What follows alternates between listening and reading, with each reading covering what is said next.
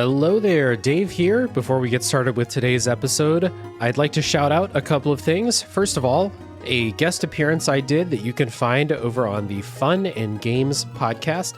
I did one of their side quest episodes talking about Picross 3D. So if you want to go hear me talk for 10 minutes about the best game on the Nintendo DS, go check that out.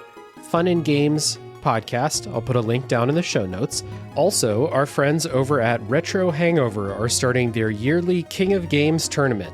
This year, they're doing the King of Games 1996, where the best games from 1996 are pit up against each other in a tournament. And I'm one of the panelists this year. So if you want to go hear what we deem to be the King of Games 1996 from such hits as Resident Evil, Tomb Raider, Super Mario 64, and many more, you can head over to the Retro Hangover podcast, and I will put a link down in the show notes. Please go check that out. It is a lot of work, but it is a good time. I think you will have fun. And last but not least, let's say thank you to the wonderful patrons who help support the show.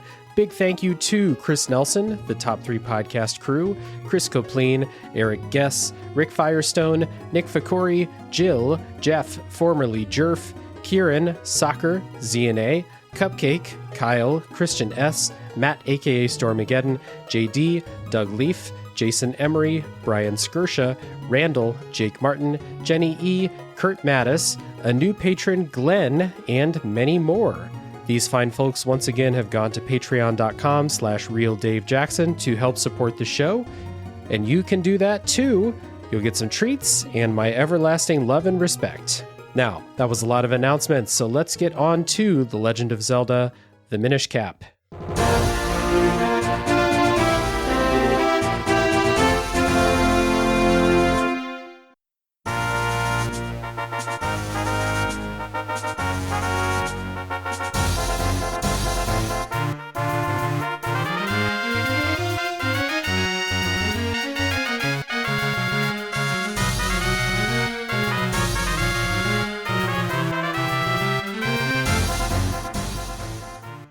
Hello everybody, my name is Dave Jackson, and you're listening to Tales from the Backlog. This is a video games review podcast where each week I'm joined by a guest to bring a game out of the backlog, play it, and discuss. My guest today is a friend of the show, a returning guest, one host of Play Along podcast, and you'll never guess from his voice, but he's actually 3 inches tall. Welcome back, Jared Moss. Jared, good to see you, man. Yeah, I'm canonically Team Tiny. You know, I'm canonically only 3 inches tall. Hashtag Team Tiny. That's right. Yeah, Dave. Thanks for having me. Thanks for having me back on the show. Always a great time being here. It's funny because I think both of us are actually pretty tall.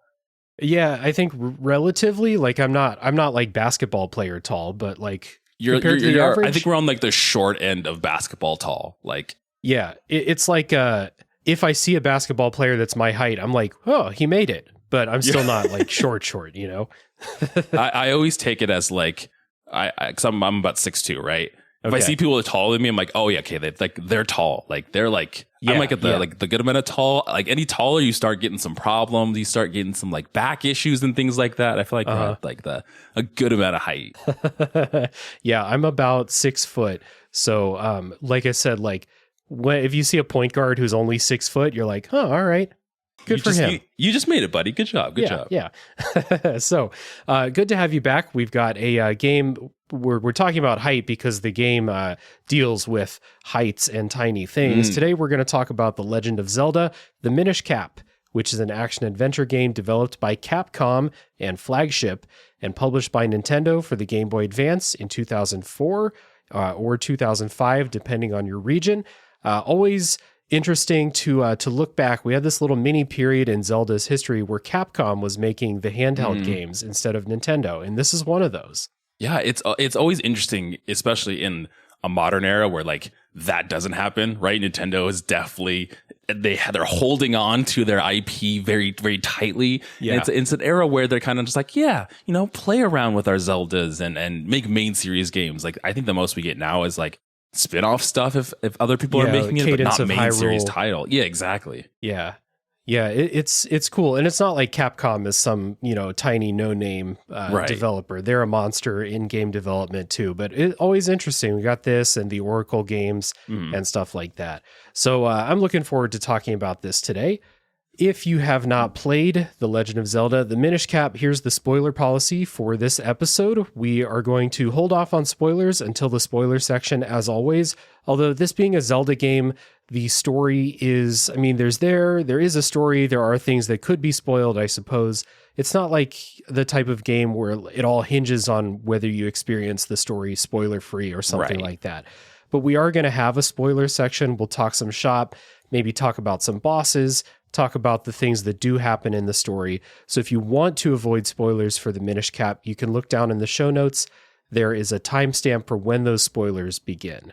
So we have some elevator pitches. If you're not sure what the Minish Cap's deal is, I say that the Minish Cap is Wind Waker's kind of graphical style, but shrunk down, specifically shrunk down on the GBA. There's going to be a lot of these puns throughout the episode, a lot of small things. So just letting you guys know ahead of time, there's going to be a lot of those. Because my elevator pitch is also Zelda, but small. And at surface level, that seems like straightforward, but like kind of how they implement and work the gameplay into the environments and how small you are compared to other things in size. It's honestly really cool how they did it. So Zelda, but small is goes a long way, actually. Exactly. Yeah. And that's the point of the elevator pitch. You want to give a clear and concise little thing. So Zelda, but small for sure. I played this emulated on my Steam Deck this time to get ready for the podcast. I think it took me about 10 to 15 hours, but this game doesn't track how long you play it. But does that sound right to you? Yeah, I think I don't have my Switch with me either. Actually, I don't know if they track it on Switch. But I think I put around that time, probably like 13 or so hours into this, and I played this on NSO, so I played it on the NSO. Switch Online. Yeah. Nice. Yeah. So as far as Zelda games go, this is maybe like on the shorter side for Zelda, but for sure. Still felt like a very full experience to me. So let's get started, as we always do, by talking about our histories with the series and then with this game in particular. So, Jared, I asked you to come on and talk about this game because I know you're a big Zelda guy, big Nintendo guy. So tell me about your history with the Zelda series and then the Minish Cap in particular. Yeah, so my history with the series in general dates back to Ocarina of Time, right? Like many people in the era N64, that was kind of a pivotal and kind of a turning point for a lot of people's kind of like quote unquote gaming journey. And Ocarina of Time was kind of one that stood out a lot to me as, I was used to playing games with friends and having it be a very novel experience and a social experience. Ocarina of Time was kind of that first game where it's like, oh, it can be an adventure. There can be a story. There can be stakes and all this. And my little 8-year-old brain latched onto that. And I was like, this is incredible. This is going to be my personality forever. And after that, I was enamored with The Legend of Zelda and that franchise. But maybe it was because I started with a 3D game, I kind of missed a lot of the 2D stuff that came prior, and a lot of the 2D stuff afterward just didn't interest me necessarily. I mean, I was a kid, so I wasn't like following gaming news necessarily, but like Minish Cap and the Oracle games and a lot of those games completely didn't even cross my radar until obviously I was an adult and I wanted to go back and kind of experience a lot of those trademark titles that started the franchise. But this was the first time that I had ever played Minish Cap. I actually knew little to nothing even about the game going into it too. It is kind of one of those games in the series, especially when you focus on the top-down ones. People talk about maybe the original one, they talk about A Link to the Past and Link's Awakening. Right. And Minish Cap, people don't really talk about a whole lot anymore. So like I can see how it would slip through the cracks if you didn't play it, at the time. Yeah, with things like you said, like A Link to the Past, and even like more modern 2D games like Link Between Worlds, it kind of gets like pushed away with some of those other big Zelda games that end up being the conversation piece for a lot of people. Yeah, for sure. For me, I'm like you, Zelda is like a huge pillar of my foundation as someone who loves video games. I played Link's Awakening on the Game Boy back in the day. That was probably the first one I played. And then, of course, Ocarina of Time and Majora's Mask. And I did play the Oracle games back on Game Boy Color, followed the series through Twilight Princess, and Breath of the Wild was another huge one for me. That got me back into video games after not really following them for several years. And I played a lot of the other ones along the way, like ones on the DS. I played, I just forgot what the title of it was. So anyway. Oh, the DS ones? Spirit Tracks or Phantom Hourglass? Yeah, I remember playing Spirit Tracks for sure. And I also remember playing, A Link Between Worlds. Yeah, I played that a few years ago. Oh, yeah, for 3DS. The first time. Oh, yeah, Link Between Worlds is great. So I've been through a lot of the series. At this point, there's very few of them that I haven't played at all. So big part of my gaming history. And I played the Minish Cap back on Game Boy Advance, back when it first came out. I was all about it back then. Interesting.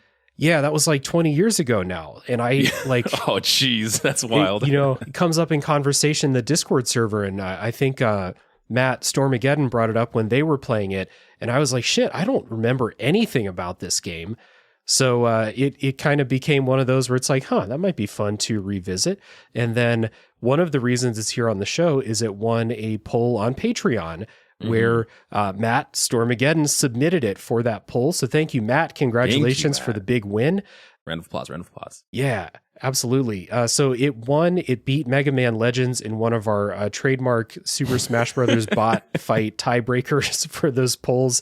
That was an easy one to find the champions. It was just Link versus Mega Man, and Link won. Yeah. Oh, that's cool. I didn't even think about like using the characters for the fights too. That's fun. Yeah. Well, some games it's tough because it's like right. I had like a Lord of the Rings game won one of those polls in a Super Smash Brothers fight, and I was like, Aragorn's not in Smash Brothers. you gotta get one of those modded the Smash Ultimate carts and then put him in it.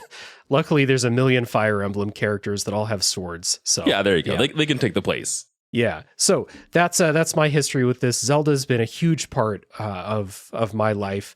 For a long time, I would have told people that Ocarina of Time was my favorite game of all time. Probably was for like, I don't know, about 15 years or so. Like, big part of my gaming history.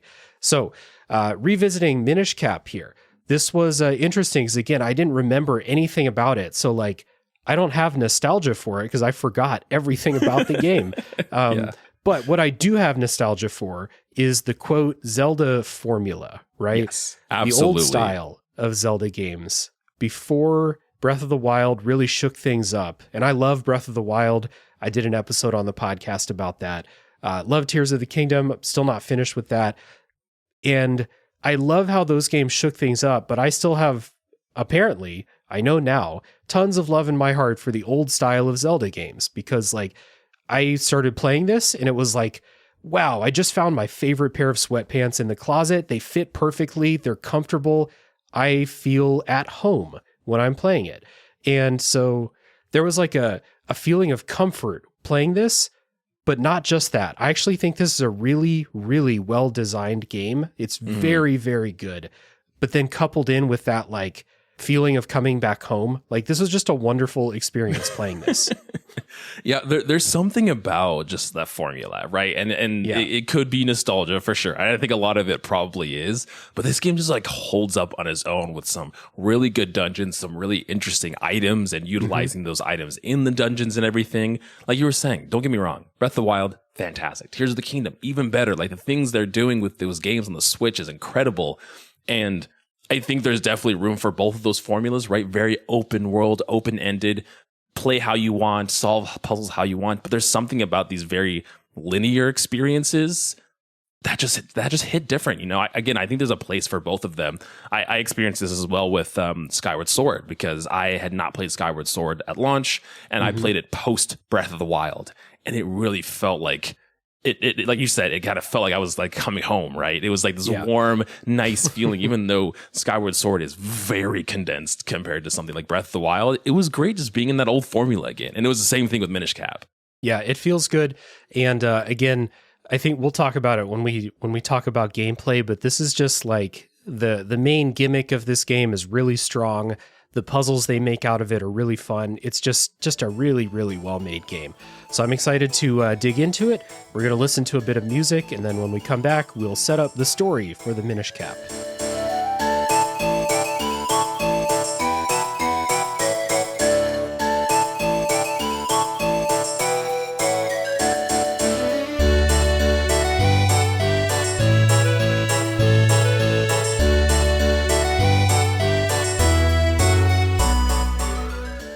The Minish Cap takes place in the Grand Zelda timeline for people who are into the timeline. Who are into that. Capital T, the timeline. This is paired with the Four Swords game between Skyward Sword and Ocarina of Time. Now, I have played Skyward Sword, and like I said, I've played Ocarina of Time probably 50 times.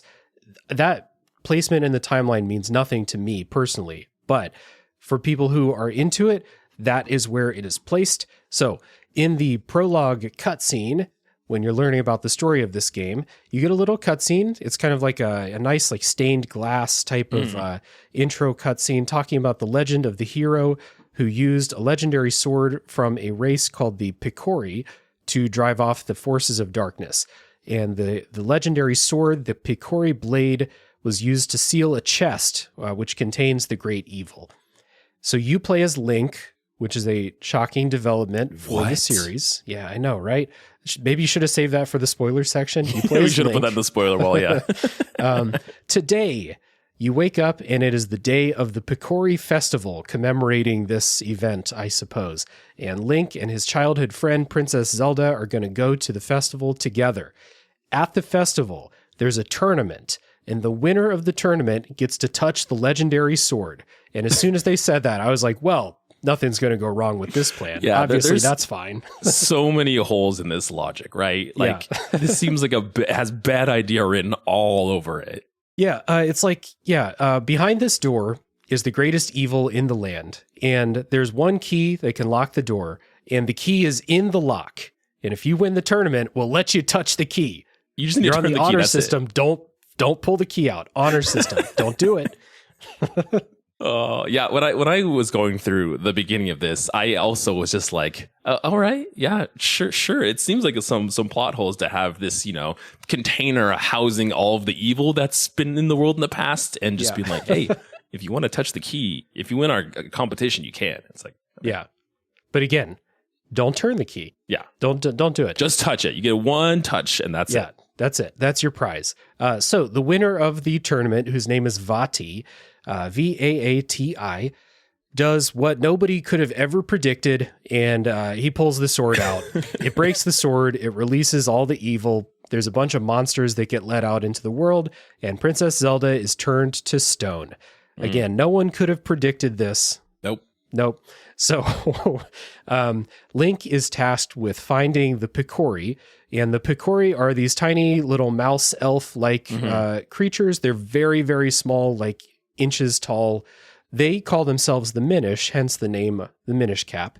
And they only show themselves to children. And Link is a child, so he's the one who has to take care of this. All the soldiers, they're too old, so they find the most equipped kid to go help. At least there's like a canonical reason. It's not like Pokemon where it's like, hey, you're 10, go save the world. You're the chosen one. At least they're like, hey, only children can see these things. So it's like, okay, I guess it kind of makes sense. Yeah, exactly. And Link, I don't know, all the other kids are in school. Link like got kicked out of school or something like that. Like the people in town are like, the teacher is like, oh, it's you again. Okay.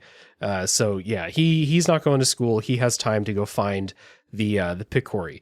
So he has to reforge the blade, and he has to do this with the help of his hat bird companion named Eslo. So Link's, canonical green hat in this game is this weird bird creature that he finds that has a connection to Vaati and has a connection to the Minish, the Picori, and all of that. So that'll be your companion throughout the game. It's so funny because I don't know how you felt about this too, right? Describing something like bird hat companion in normal circumstances would probably be strange, but it just kind of like works. It just kind of like works with Zelda. I was like, oh yeah, Eslo's your bird hat and he's your companion and he's going to help you along the way. Yeah, that sounds like a Zelda game. Yeah, and this is the era of Zelda where Link always had a little companion running around with him, whether it's a fairy or the boat in the Wind Waker, and in this game, it's his hat actually talks to him and stuff. So the companion Eslo really stays out of the way for the most part. It's not like a Navi situation. Just kind of helps out when you need help. You can ask, and then pops up to talk to you during story stuff, and that's about it. I will say that at least compared to like companions like Navi or even with like the King of Red Lions, Eslo is very, he's not as nice to Link as some of the other companions. He's very crude. He's very like demanding of Link's help, which is kind of a nice contrast compared to the usual companions. And you'll learn a little bit of backstory about Eslo, and so maybe you'll find out why. Maybe he's a little bit just a rude grumpy old sometimes, little grumpy. Yeah, for sure. So that's the setup for the story. And as this is a Zelda game, like the bulk of your time playing this game is not going to be finding out things about the story. It's going to be gameplay stuff. But that is the story, and there are, things that happen along the way. So that's not really why we're here, but it is something we'll talk about in the spoiler section. And I thought the narrative was, pretty fun for what it is. Yeah. Yeah. I mean, it's a like you were saying, it's a traditional kind of Zelda-esque story. And it's a fun one, I think, for sure. Yeah. That being said, it does buck some like conventions from the Zelda series. There's no Master Sword, there's no Triforce, there's no Ganon in this game. It's all about the stuff that we've already talked about. The Minish, the Picori blade. I guess it's a legendary sword with a different name. But, legendary sword, different named bad guy. And you're like, okay. Different bad guy. Yeah, so it does kind of stray out of the formula in that way, but it is still very much following like the same type of thing, just different players. Part of me wants to say like, this is proof that Zelda doesn't need to have Ganon, doesn't need to have the Master Sword, doesn't need to have the Triforce, etc. I think the Triforce is like maybe mentioned, but it's not like you need to go find the pieces. You're not finding the piece of Triforce. That's not like the end goal is the bad guys trying to get to the sacred realm or things like that. It's just It's still basically like 95% gameplay for me, and then like the story is just a little flavor for who I'm fighting and who I'm saving, Yeah, I would say especially in Zelda games, like those are just like fun buzzwords. Like when it comes up in Breath of the Wild, I'm like, oh, that's I remember that. Triforce, oh, Ganon, those are words that I know, and that's pretty much like what it is, and then it's mostly gameplay, but yeah. Some of those like familiar elements, like, finding the Master Sword in a new Zelda game is always a moment. And so this game doesn't have like those familiar moments like that. Some of the other items maybe feel that way, but like I said, the Picori blade is the stand-in for the Master Sword and accomplishes basically the same thing. Yeah. So, we're still in very familiar territory, I think. So, let's listen to a bit more music. I want to take music breaks because the music in this game is great. Oh, it's so good. We'll come back after that and talk about some of the aesthetic things about playing the Minish Cap.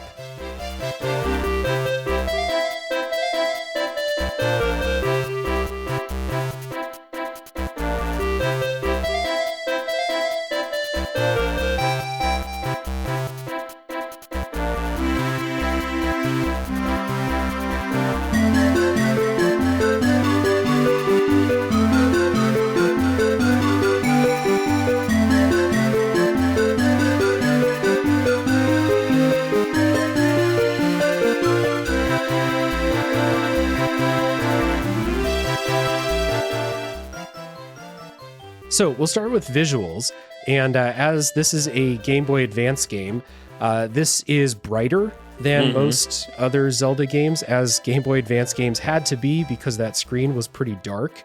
But I noticed it playing on playing on a modern screen. I noticed like, oh yeah, bright green for Link's clothes, bright green for the grass. Everything's bright. Yeah, especially because I was playing on the OLED. I was playing the Switch OLED, and those colors pop so nicely on that screen. It's really good. I mean, this game just immediately, and similar to Wind Waker, right? They have a very similar visual style, just oozes personality. Like it just has a very fun and colorful aesthetic to it, which is really cool. Yeah, and that's another thing. Like that comparison to Wind Waker, I think fits with the visuals, which is why I put that in my elevator pitch. Like, that more cartoony style to Link and to the enemies and to the people. All of that is kind of carried over from the Wind Waker into Minish Cap. So if you look at screenshots side by side of like this and Link's Awakening or, A Link to the Past or something like that, you'll notice like, oh yeah, it is more colorful. Like it doesn't have that same like cell shaded look to it because it's the Game Boy Advance. Right. But I do think there is some visual style that's carried over. Yeah, I mean, I feel like this would have blown my mind in 2004 because we didn't have a ton of Zelda games that look like this at this scale that were handheld, right? I think the ones before this were the Oracle games, right? And then we had the other 2D stuff was on console, but like we hadn't had anything handheld that looked like this. And I feel like the GBA graphics in general hold up really well. Like it just, at least for me, and might be nostalgia because I loved the GBA, but I feel like that visual style just looks so cool. Yeah, it is a good looking game, and it's a good looking style, I guess. Like pixel art like this, Game Boy Advance pixel art. You know, I always think Super Nintendo pixel art looks great. Yep. Game Boy Advance does too. So like this is really, really well made from that perspective. So I still think it holds up. And there is a lot of like familiar stuff from at least the N64 Zeldas that is like brought into this game. So you'll see Gorons and you'll see Deku Scrubs and things like that in this game. And the way that they're portrayed in pixel art, you immediately are like, yeah, look at the Gorons punching holes in walls and stuff. Like the cool way that they're drawn and cool animated is cool. Again. Yeah. One thing I did kind of note, and it's not like a huge deal, but I did note this feels a little bit more zoomed in than a typical Zelda game. Like Link looks a little bit bigger, and then like the distance between Link and the edges of the screen feels less. It's not really a big deal, but then when we talk about the size of the world map and stuff, I feel like it's smaller than some of those older handheld Zelda games. Yeah, I kind of had that impression as well, and I think... I don't think it was a detriment to the game at all, but I think they were trying to, like, with the small aesthetic, right, and the small theme of the game, you know, Link shrinking down, I think having him shrunk down and the camera zoomed closer to him, especially when you're in that smaller aspect and, like, the world around you is a lot bigger, it kind of helps convey that, like, Link is tiny and the world around him is huge. Yeah, when you shrink down, it's really cool, too, because...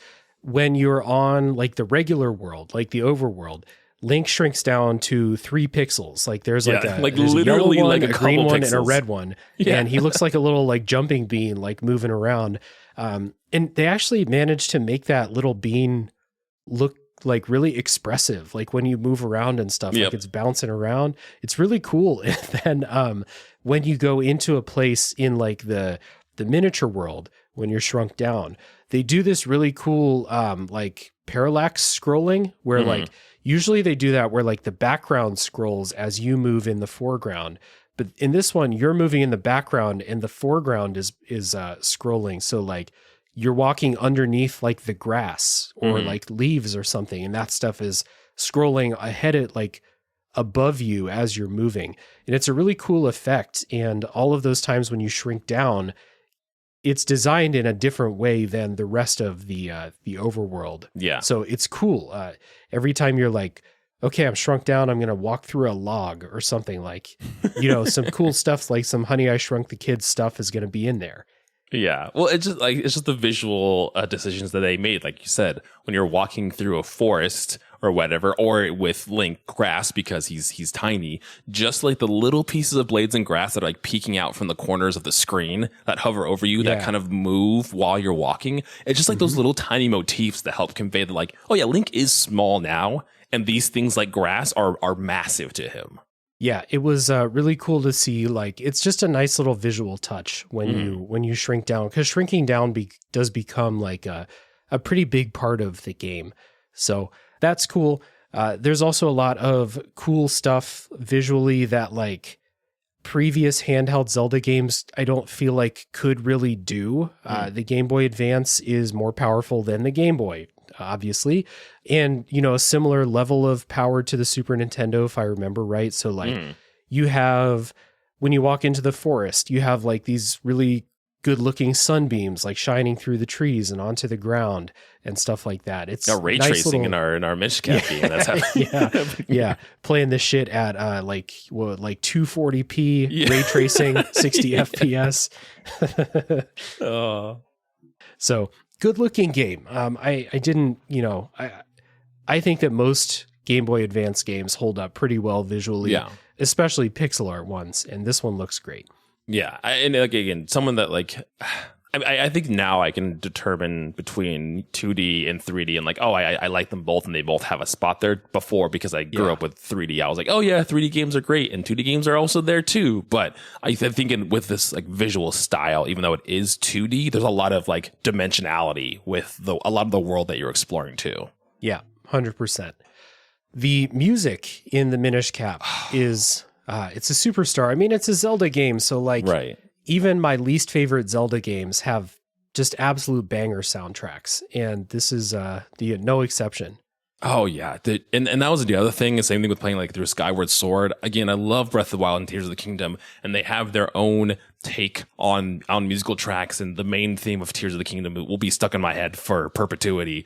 But man, it is so good to have like traditional dungeon themes back, and like there's a lot of like Ocarina of Time kind of styled music and stuff that's in here too. A lot of the music with that, and it's so good. That's a good point. So the soundtrack was composed by Mitsuhiko Takano. Good stuff. And that's a good point that you made. Like, obviously, I would say, like, conservatively, the last 200 hours of Zelda that I've played were Breath of the Wild and Tears of the Kingdom. Absolutely. So I am very used to those games' approach to music, which is like very sparse, and those games really pick their spots for when to throw music at you. You're back here in like the old style where like everywhere you go has its own theme, and the theme is very prominent and it's very catchy, and it's just really, really pleasing. One thing about this game that I noticed, and that longtime fans of the series will notice, is this game reuses a lot of either small little motifs from previous games, like the Zelda's Lullaby melody is brought into this game for a different use than just replaying Zelda's Lullaby. All of those familiar Zelda things, like, opening a chest and all of those things, they're here. Other melodies are repurposed, or like, little bits of things are taken from one song and repurposed in another song. And then there's others that are just like the whole song that from another game is in this game, like the shop music. Yes, when I first walked into the shop, I was like, oh, it like tickled a little part of my brain. This is the like Ocarina of Time shop song. Like, I'll never forget this song. Yeah. Being on the Game Boy Advance, the soundtrack, the sound quality, I'll say, is a little bit less. The Game Boy Advance is just notorious for having it doesn't sound bad, but like side by side with other consoles and stuff, the same song will usually sound worse on the Game Boy Advance. Yeah. It just sounds a little bit blown out. The bass especially is like super prominent in these mixes, but it's like chiptune bass, and it's very, very loud. When you hear the music examples that I'm putting in this episode, you'll hear that. It's like super prominent. So that song that you once knew, if you're like you and me, Jared, where it's like, oh, the shop music from Ocarina of Time, this song will stay in my head until the day I die. You hear it in this game, and you're like, wow, that's really, really heavy, really fuzzy bass going on in this. Yeah.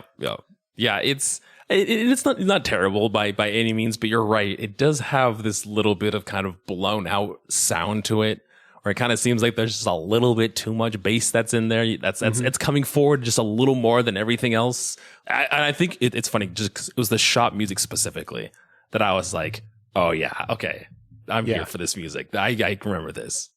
Yeah, and the original music too is really, really good. There were several songs that were just over like the maybe 3 weeks that I played this.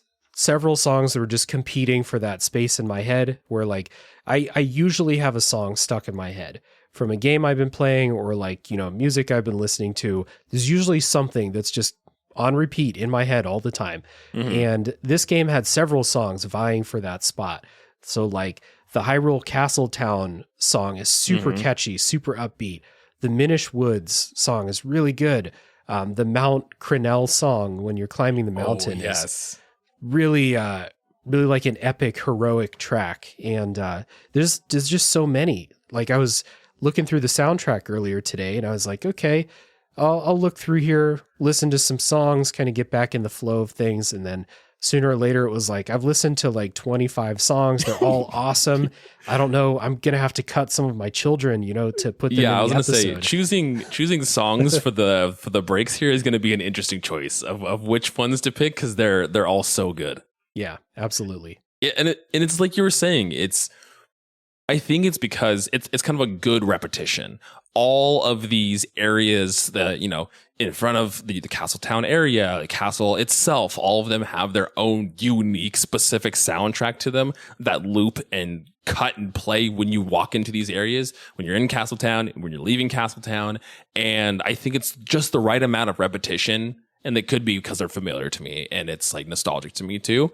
But for at least me, it hit the right amount of repetition where it's like, oh, it's always good. You know where you are. You can close your eyes and be like, okay, I know what area of this game that I'm in based off the music that is playing. Yeah, 100%. And there's not that many areas, but you're right. They do all have their own distinct song.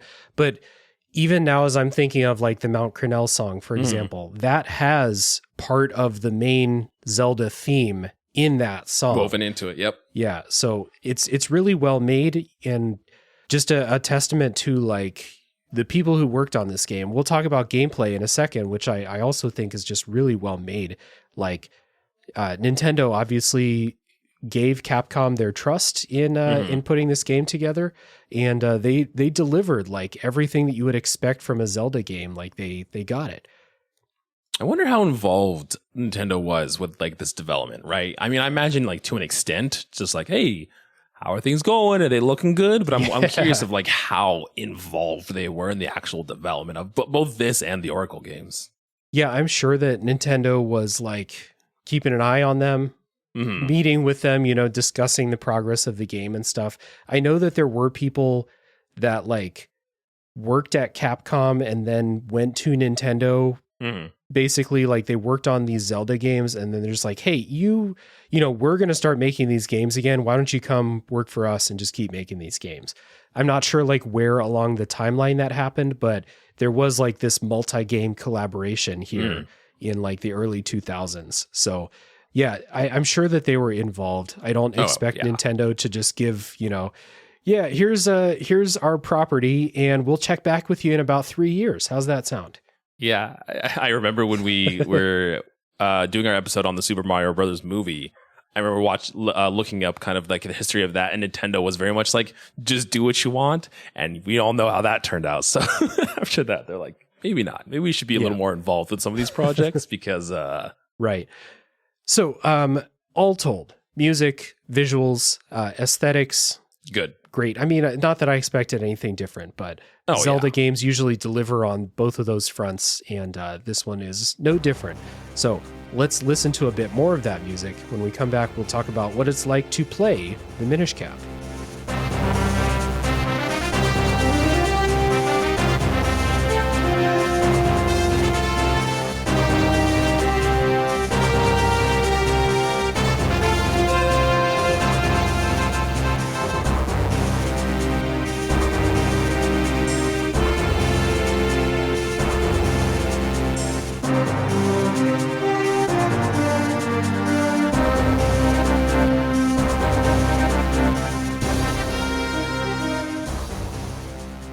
So we already said that the Minish Cap follows the Zelda formula that you know and maybe love.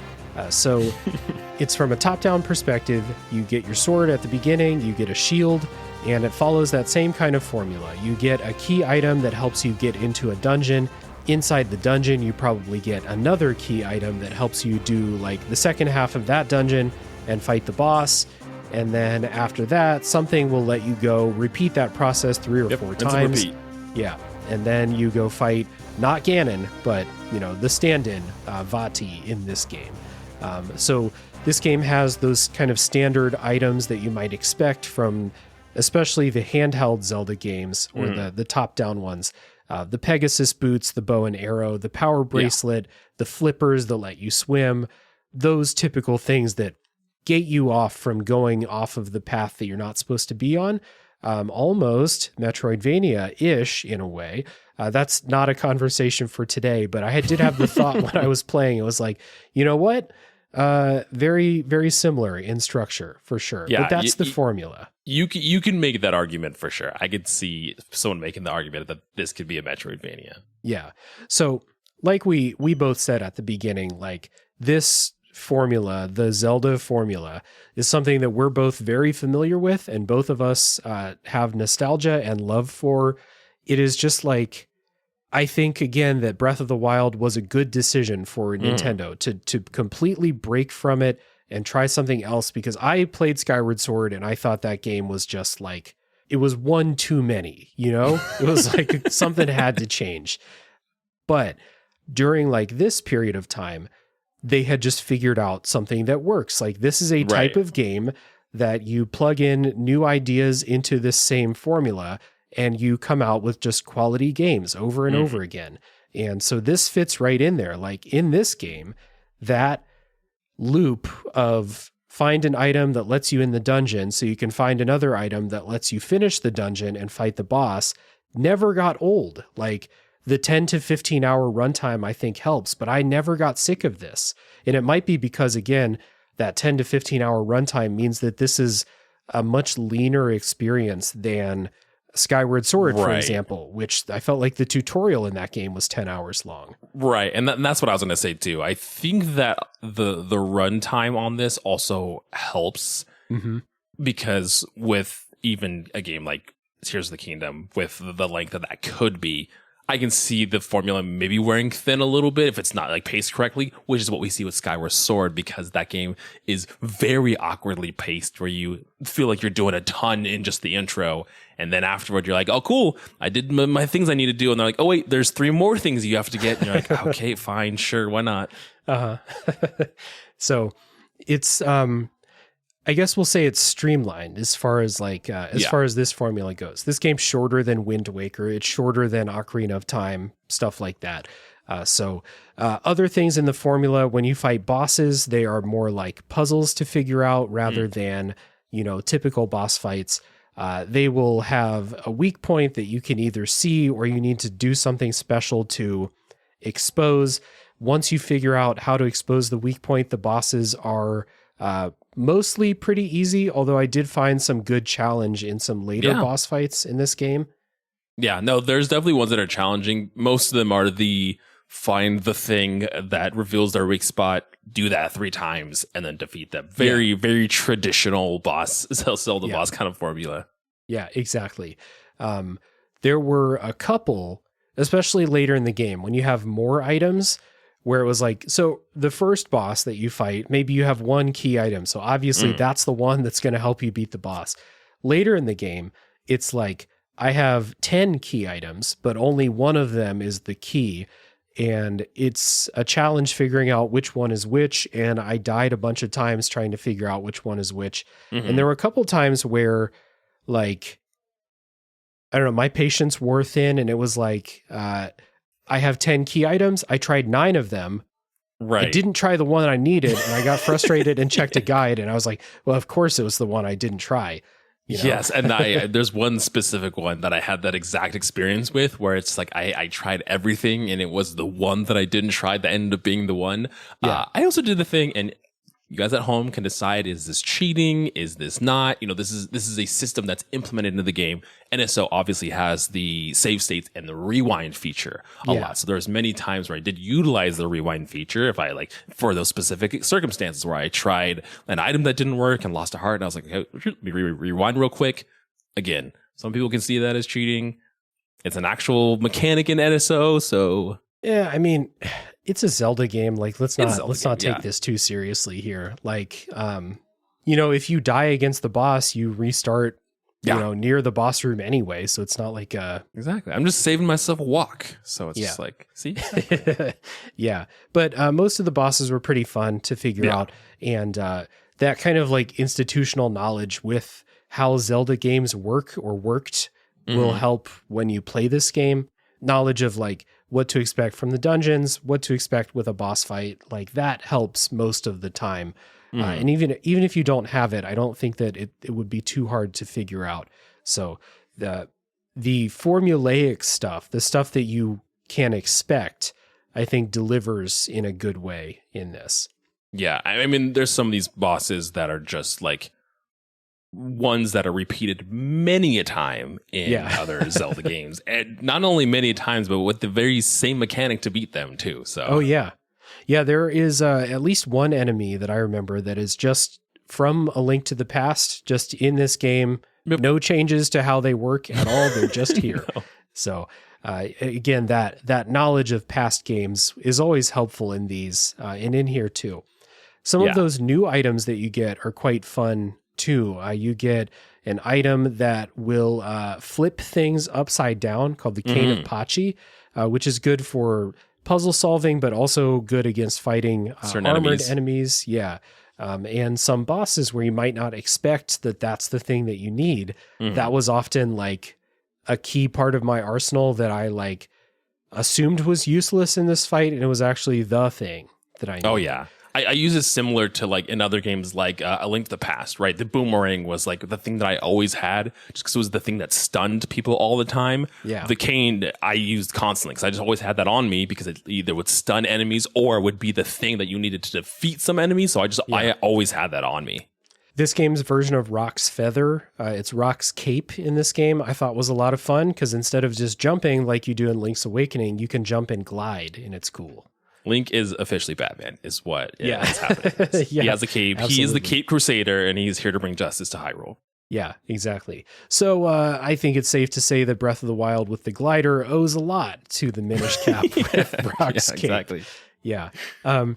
The big mechanical thing that kind of sets this game apart is the shrinking mechanic that we talked about earlier. So at designated spots in the world, you can't do this anywhere. Right. It has to be a tree stump or a special type of pot or something.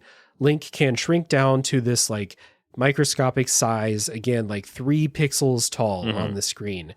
And you go into microscopic world. And I thought this was interesting because you do this in like designated puzzles in dungeons, of course, but you do this all across the overworld and in the town and stuff too. Like, the game is full of these puzzles that are based on you shrinking down. Well, and that's what's weird too, is this is one of the things that I knew about going into this game, right? That the whole idea was shrinking and getting small. I didn't know to the extent of how that worked. I just knew that was the concept. And you would think that it would kind of, like you said, it would be very specific to puzzles and dungeons or areas on the map. But when you get to one of those tree stumps or one of those pots or one of those stone pillars and you shrink down, you're still in the large overworld that you were in before. You're just very small. You just are a small pixel, like Dave was saying. But you can go into specific areas where it's like tall grass or, sections and houses and homes in Castletown where you are that small Link, but it's looks like the normal size world, right? Everything, they do a lot of things like the grass and kind of perspective to make you look like you are really small. But it's cool. I didn't expect it to be like, oh yeah, you can be this little pixel that wanders around the world. And there's a section where you're in like the Minish Forest and you have to like ride lily pads across the water. Cause if you go in the water, you'll drown because you're too small. Like things like that are super cool that I didn't expect from this game. Yeah, the way you interact with the environment changes when you're that size. Yeah. Like, obviously, you can get into small holes or walk across really small bridges, but the shallow water that Link could just walk through in normal like size lakes for tiny Link. Yeah, it's like the ocean now, so you can't until you get the flippers. So you can't go through that. I thought it was funny that any cats will try to catch you when you're in like that cats are your biggest enemy here. Yeah. They're cute and adorable when you're big size Link, but if you're tiny, you're the perfect little toy for them to play with. Yeah, I thought that was a nice little touch where they were like, well, we put the cats in the town because it'll make it feel more alive to have a couple of cats.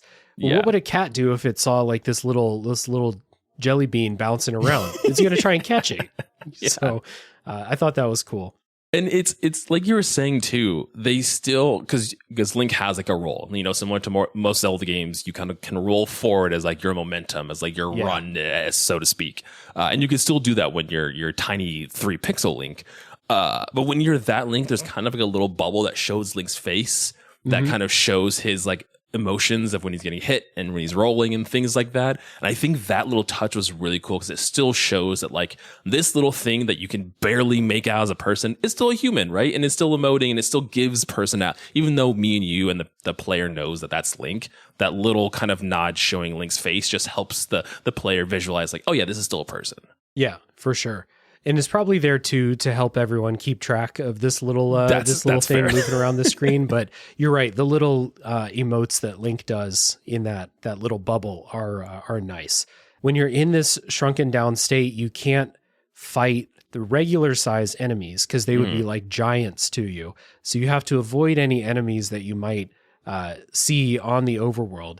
And then when you shrink down and go into like the special, like it zooms in and shows Link as normal, but you're tiny size. But you're so tiny. You're walking around in like on like the boards in someone's attic.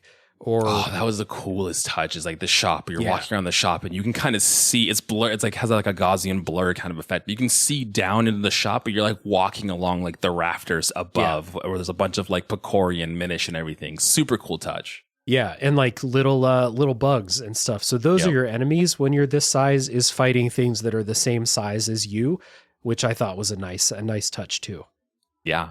And it's cool because that interaction with the world evolves, right? Like when you're tiny pixel Link walking around the world, you can't really do much. But later in the game, you get the ability to move and interact with some of the larger things. Like you move big bookshelf, says Minish Link, and you can move and interact with more things like that. So as the game goes on, you get more equipment to help utilize and interact with the world as Tiny Link, which I think was cool. Yeah. And so Zelda games have always had this sort of aspect where it's like the farther you get in the game, the more of the game opens up to you, the more you can explore, the more pieces of heart you can get. Exactly, yeah. The more pieces of heart you can get, the more money you can find, the more items, side quests you can do if the game has it. And this aspect is slowly unfolding too, this tiny size, Minish size aspect. So you have like two of those happening at the same time. So while we said earlier, this game's world map is smaller than Link's Awakening or A Link to the Past or something like that, it's much more dense with stuff. Like I feel like every screen has some sort of puzzle, some sort of little hole you can only get into as Minish Link, or maybe there's a puzzle that you can only do as regular size Link. You get to a certain state in this game where it's like you get a new item. I'm going to go back. I remember like, oh, there was this boulder over there. I couldn't move it before. Now I can. I'm going to go see what's over there. But this game is also just full of like, there's a Minish. So we have like these 3 map squares and there's like 4 Minish holes in those 3 squares. So I got to go figure those out. Part of the puzzle is also figuring out how to get to them because those shallow puddles are now like oceans.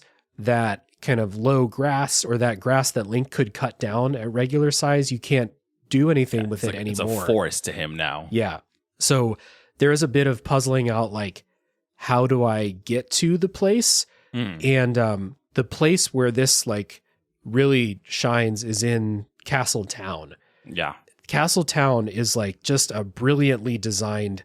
It's almost like a dungeon for Minish. I was gonna say it's one big puzzle because even figuring out how to be Minish size in the town in the first place is a puzzle, and then figuring out how to get inside buildings. And I liked what you said, dense, because yes, the game's not very big, but you know, Zelda games here now and then will have side quests and side characters you can interact with. There's so many kind of personable characters in this, and it feels like there's so many kind of like side tangents that you can take that have nothing to do with the main story, but utilize being Minish, utilize having a certain item. Like as you get more items, it feels like more and more of those little side quests and adventures open up to you, which is cool.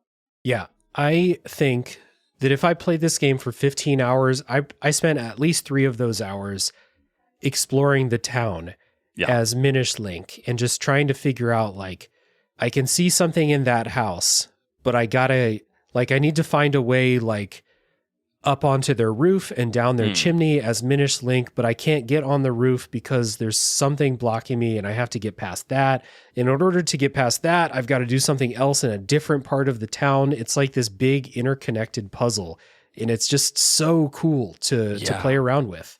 It took me so long to figure out the whole pot situation and flipping like the pot and everything to do that. It took me so long. And then when I finally figured it out, I was like I had the item and I've used the item before. I just never kind of put two and two together that I could do that on those things. Mm-hmm.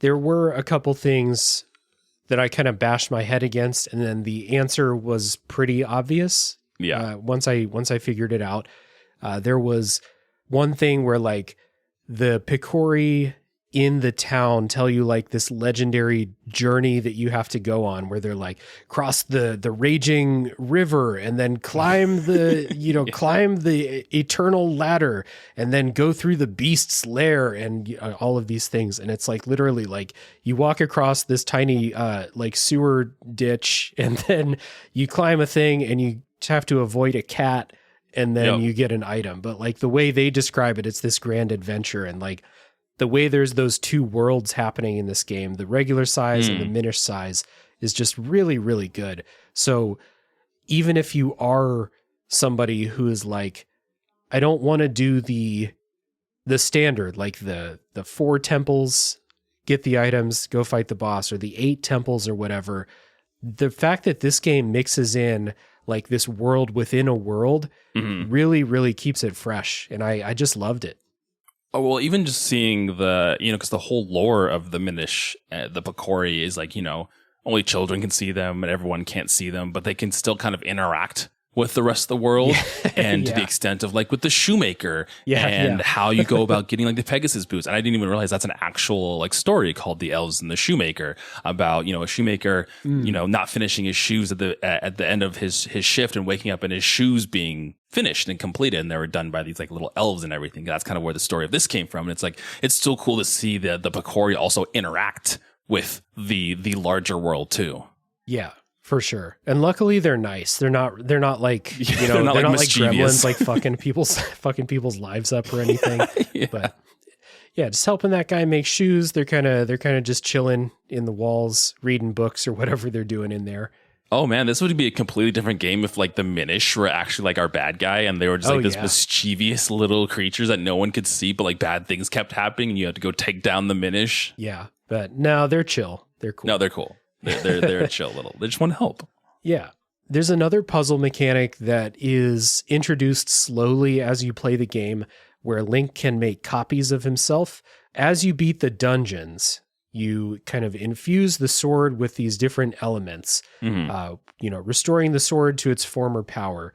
And as you do this, Link can make copies of himself on these special tiles, usually in dungeons, but there's some on the overworld also.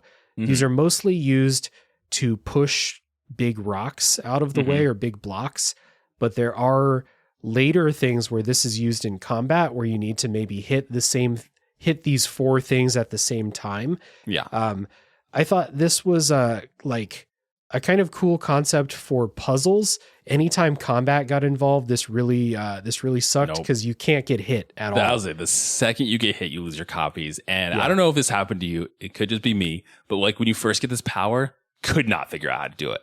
It was like, hold the B button and make a copy of yourself. And I'm just standing there holding B with my sword out. I was like, nothing's happening. I don't see a copy. It's not until you move to the following kind of panel that activates that where your copy like reappears. But it took me so long to figure out how to do that.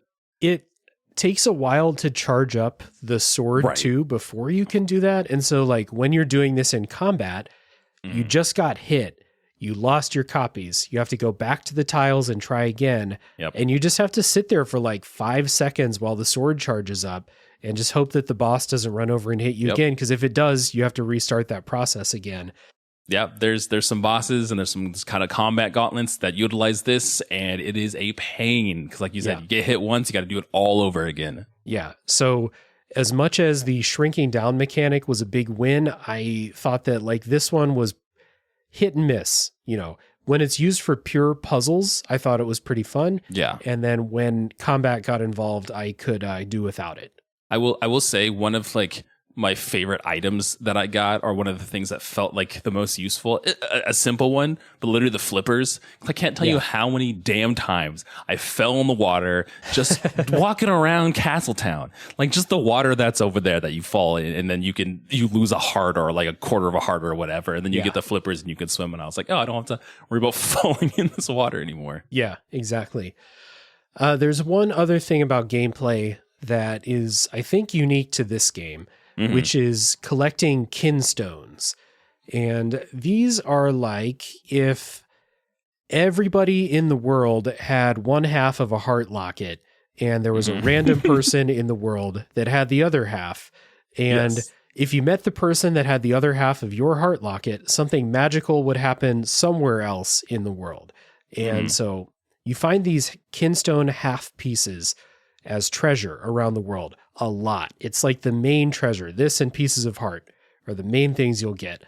And most people that you meet, you can press the left button to try to fuse kinstones with them. And it's literally just like pick the one that completes the circle. It's matched this other circle that they have. Yeah, it's not a difficult puzzle by any means. But there are a lot of different types of kinstones, some more rare than the others. Oddly enough, I ran out of like the super common green ones, and I had a million of the red ones that are supposed to be the rare ones. Oh, weird. Because I would say the green, I did have a lot of red, surprisingly, but the most I had was like blue. I had a ton of blue. That's so interesting. I mean, this was the other thing that I knew about this game, right? I've only heard people complaining of how terrible kinstone trading was and how awful this is. And I didn't mind it. Like, I thought it brought a lot of relevancy to NPCs and kind of gave almost everybody a purpose and everything. And I see it as like Koroks, right? Like finding Koroks is fun and is a fun little like spark of instant gratification. But if I was going to collect all of them, I'd rip my hair out. Same thing with this. Kinstones are fine, but if I was going to try to do all of it, I probably would not have a good time doing it. But just having it be the mechanic in the game, I thought it was great. Yeah, it's fun. I thought it was okay as like a treasure item because again, it makes you actually don't have to talk to the people, but it makes you at least like seek out NPCs and like maybe you'll talk to them, maybe you'll learn a little bit about what their deal is. But every time you do fuse a kinstone with somebody, something will happen around the world. A treasure chest will appear, or like a new doorway will form, or maybe there was a doorway that you couldn't reach before, but now a new platform will show up, or something like that will happen. The only thing I wish that when it did this, it would mark it on your map. Yes, that I can tell you that there's so many kinstones after I fused, I was just like, I'm okay. Like, I'm fine. Yeah. Like, if I was close by and I like knew where they were, sure. But if I was like, I don't know where that is, and it's gone now. Yeah. There's no way to track it, at least to my knowledge, and it doesn't put a mark on the map. So I was like, oh, okay, cool. That's fine. Yeah, it quickly became one of those things where it was like, I'm going to fuse kinstones with everybody in town. It's been a couple hours since I was back here. I'm going to go do that. It's going to unlock like 6 things in all different corners of the world. Yeah. And I'm just going to deal with them when I deal with them. I'm not going to make a special trip to go get that treasure chest. It'll be like sometime later, something will probably take me back to that area. And that's when I'll look for these things. The saving grace for them not being marked on your map is the map is small. So it's you see a treasure chest appear on one of the map screens. This map is small enough that you probably remember where that is, because it's like I was climbing the mountain and I spent like an hour doing the mountain section, but the mountain's like 8 map screens total. It's not that big. Yeah. So you'll probably be able to find it, but if not, it's like at the end of the game when I was about to go do the final boss, I was like, well, let me take one more pass through the map, gather up all this stuff I've unlocked, and then I'll have a few more heart containers for the final boss. And that's how I handled it.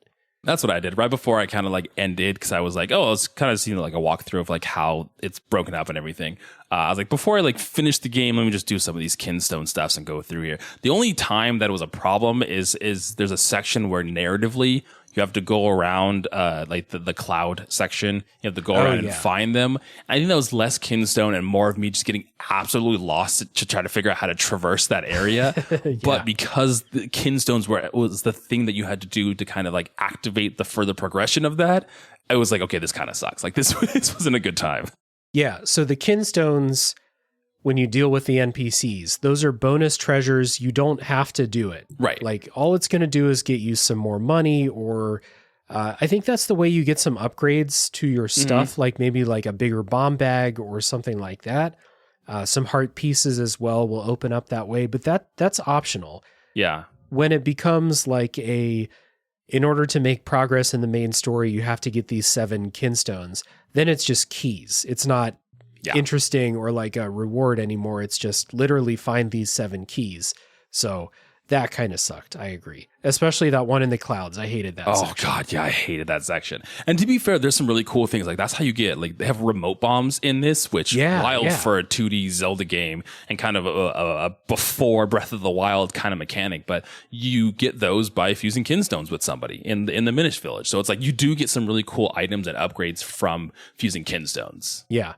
So it's a weird way for people to like live their lives, basically. Like they're just like, everybody's born with one half of a Kinstone. They're like, I hope my other half comes and hangs out sometime, but it's weird, but it ended up being pretty fun.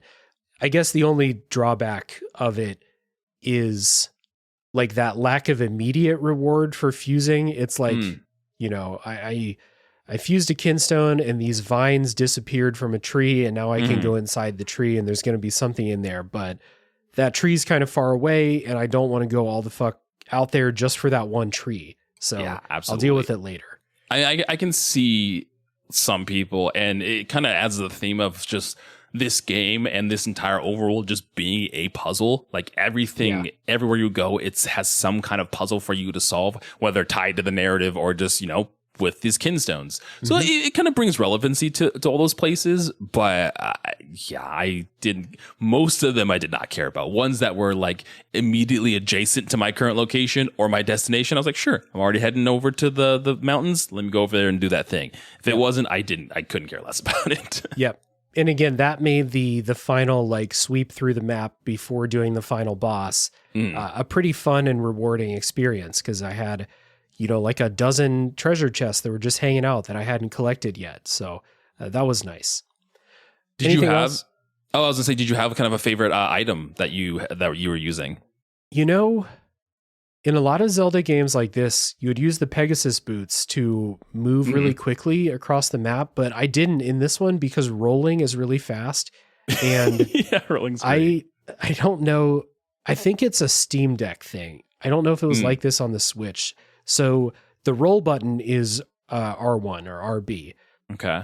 The Game Boy Advance didn't have triggers. It just had two the shoulder one buttons. Yeah, had the two shoulder buttons. Yeah. So on the Steam Deck, pressing right trigger, it was like a turbo button for right button. So it would I would just like speed across the map by rolling like 4 times per second. Great. So I didn't use the Pegasus boots because I did that. Well, that sounds much better, because Pegasus boots, you at least have to charge them up too, which is kind of like a little bit of a hassle. Yeah. So I guess items that I used would be the bow and arrow, a classic Zelda item. The boomerang, the boomerang is optional. You don't have to get it. You have to buy it from the shop. But I did use that quite a bit. And the cane, like you said, is that was mine. More useful than I thought, and I kept underestimating it basically throughout the whole game, but it's a very good item. No, I use the cane a lot. That was one of my favorites. The remote bombs were just a cool item to have. It was cool to even have the concept of those. I like the moments. I like seeing the moments show up here. Oh yeah, I forgot about them. Yeah, I think this is definitely, because they come up again. I don't think the next time they come up is until Skyward Sword. I think that's the next time we see Molmits. But it was cool seeing those there. I was like, oh, nice.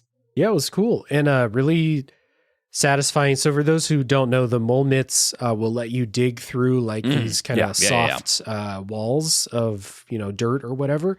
And the animation, And I guess just like the rhythm of digging through like block after block after block is really satisfying. Like it's a real lizard brain pleasing activity. Yeah. Also the Rock's cape, and then being able to kind of like glide on like the little little tornadoes and everything when you're flying around, that was really cool too. Oh yeah. Damn, there was one puzzle with tornadoes that I didn't figure out during my playthrough, and you saying that just unlocked how to do it. So there's a lot of stuff that you can do. Really satisfying game to explore after you find new stuff, because this game is dense and it's full of treats, and it's just a really rewarding one to explore around. Good time. Yeah. And there's a ton of items. There's a lot that I didn't get. There's a mirror shield that you can get. You get shit.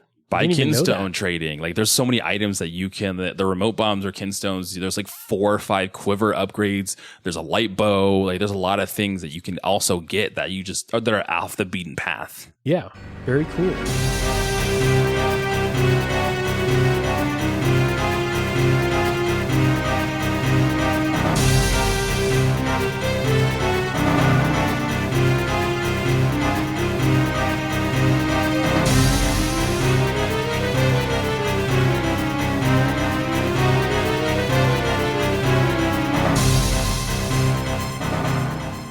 So before we get into spoilers, we will give our final thoughts and recommendations, do a little bit of housekeeping. So Jared, before we do our housekeeping section, please give us any final thoughts you have, any summary, and answer the question, who would you recommend The Legend of Zelda The Minish Cap to? Ooh, okay. I'll start there with the recommendation, because that'll help with how I'm feeling as well. I think if you're like a hardcore Zelda fan, if you're someone that's played like the 3D games and maybe hasn't dabbled a lot in a lot of the 2D ones, or they missed you, or you're like, those aren't as good as the 3D, definitely recommend trying this game out, because it has, even though it's not in 3D, and the world isn't very big, it is packed with content. There's so much to do in this world. There's so much dimensionality in the environment and the visual style of the game. There's personality. That was the word that kept coming to me throughout my entire playthrough of this. Was this game was just oozing personality between its visual style and its NPCs, and just Link. He's another very expressive Link, or at least as expressive as Link has been before, with like Wind Waker Link and everything. So all of those things came together to a world that felt really fun. And it's the classic 2D. It's the classic dungeon formula, right? We're back to dungeons. We're back to all of that. It has music that just hits different, especially if you played Ocarina of Time. You'll hear that shop music, I'll tell you, and you'll be like, oh, I'm sad. I got to play this whole game now. Like I'm hooked for life. So yeah, and if you're hesitant and you're not someone that loves Zelda games too much, I think that there's still a fun game here. It's not very long. It's pretty short. And I think it has a lot of similarities to Metroidvania styled games, where I think people can find some enjoyment from that, where you're getting items that are unlocking areas later on, and there's secrets that you can find and things like that too. So definitely recommend playing Minish Cap. It is a good time, and it's not too bad. And it's on NSO, so you can play it. It's on Switch. Yeah, for sure. This is an interesting one in a post Breath of the Wild and Tears of the Kingdom world, where the Zelda series feels like it's moved on. And other than maybe doing some remakes like they did with Link's Awakening, I haven't really heard any indication that they're interested in making these types of games again. If anything, the opposite. Yeah. So this is interesting. Like there's going to be a lot of people who have never played one of these because Breath of the Wild was their first one. Like a lot of kids have grown up now. It's been 7 years since Breath of the Wild came out. So that's crazy. A lot of people who probably haven't played the Minish Cap, maybe, they would have checked out Ocarina of Time or A Link to the Past or Link's Awakening or something like that. But I think the Minish Cap is really, really well made. And for people who either are not familiar with like the way the old formula used to work, or people who maybe got like tired of it, like I was at one point in time, the Minish Cap is like a trimmed down version of that formula plus the addition of like the miniature world adds more puzzling to this game than something like Link's Awakening had, or A Link to the Past got there like later in the game. Same with the Oracle games. Those games were also kind of like big puzzles with the way you can manipulate time or the seasons. So if you're interested in that, like this like world that is also a big puzzle, this is a really good type of game like that. But as like a representative of the old style of Zelda games, I guess you can't really go wrong with like that 10 to 15 hour version of this, because this game doesn't last long enough for you to get tired of what it's doing, I don't think. Yeah, nothing sticks around too long, and that, you know, that's present in everything, with even with music. Like I said, it has the perfect amount of repetition where you're in and out of places all the time, and that music is constantly changing. And it's good music. So it's like it never outstays its welcome. Yeah. So again, I'm really happy to have revisited this. I was a little bit like, okay, how's this going to go? Because I remember playing the Link's Awakening remake on Switch and not really loving it. Oh, and interesting. I'm like an old Link's Awakening head. So like the Game Boy version of Link's Awakening is just like, that's the one. And I mean, that's a great game. So it's so like I said, I was a little bit nervous coming back to this and being like, okay, well, I was once sick of this kind of game. How am I going to feel about this? And it turns out that, you know, Capcom hit a home run with this. I think this game's awesome. So it's it basically, like, everybody who's not super opposed to this kind of game, I think you'll like it. Like, it's a really, really well-made game. Obviously on par with any of the ones that Nintendo did too. Like, if I was gonna, you know, make a top 3 or a top 5 of these old style top-down Zelda games, like, this would be there. This is really good. Well, I was actually going to ask that. I don't know if you have a running list, or you have a list in your brain, right? At least for me, it's been a while since I've played all of these. But has playing this kind of moved it up with some of the other 2Ds or even 3Ds, or is it changed at all on your list? That's tough, mixing the 2Ds and 3Ds, because I haven't played Ocarina of Time in a long time, and I'm like kind of purposely avoiding it, because Dave, we have to play that now. You just said I don't want to. That's one where it's like, do I really want to, you know, enter into childhood memory town and like find out that I don't like the game anymore? I'd rather just leave it. So I think the top 3 would be Link's Awakening, the one on Game Boy Color. I love that. This one, and then A Link Between Worlds is just a ridiculously good game. Yeah. I think that for me, it's hard. I would say A Link Between Worlds. I'm just thinking of like 2D, right? Yeah, I think A Link Between Worlds is my favorite. I didn't play Link's Awakening until later. I still think that game's fantastic, but I think I like Minish Cap just a little bit more. Yeah, I can see it. Like the Minish Cap has a lot. It has like, it seems like it has more creativity going with gameplay than Link's Awakening does. Link's Awakening is like, it's like Link to the Past, but the story is a little bit weirder, and like the world you're in is a little bit weirder, but it's still very similar. The concept of Link's Awakening story a little better. It's more philosophical, more art student kind of narrative to it. Yeah. So yeah, this all that to say, this game fits in right in with like the favorites in the series. It's very good for sure. So let's do a little bit of housekeeping before we do our spoiler section for this game. And as always, Jared, I'm going to kick it to you to talk about Play Along Podcast and everything that you and Ben and Kai are doing over there. Yeah, so I'm Jared, Play Along Podcast. What we do over on our show is we play through games in kind of a book club format. I know there's probably a lot of book club games out there, but we break the game down into sections, and then we come together each week to talk about each one of those sections specifically.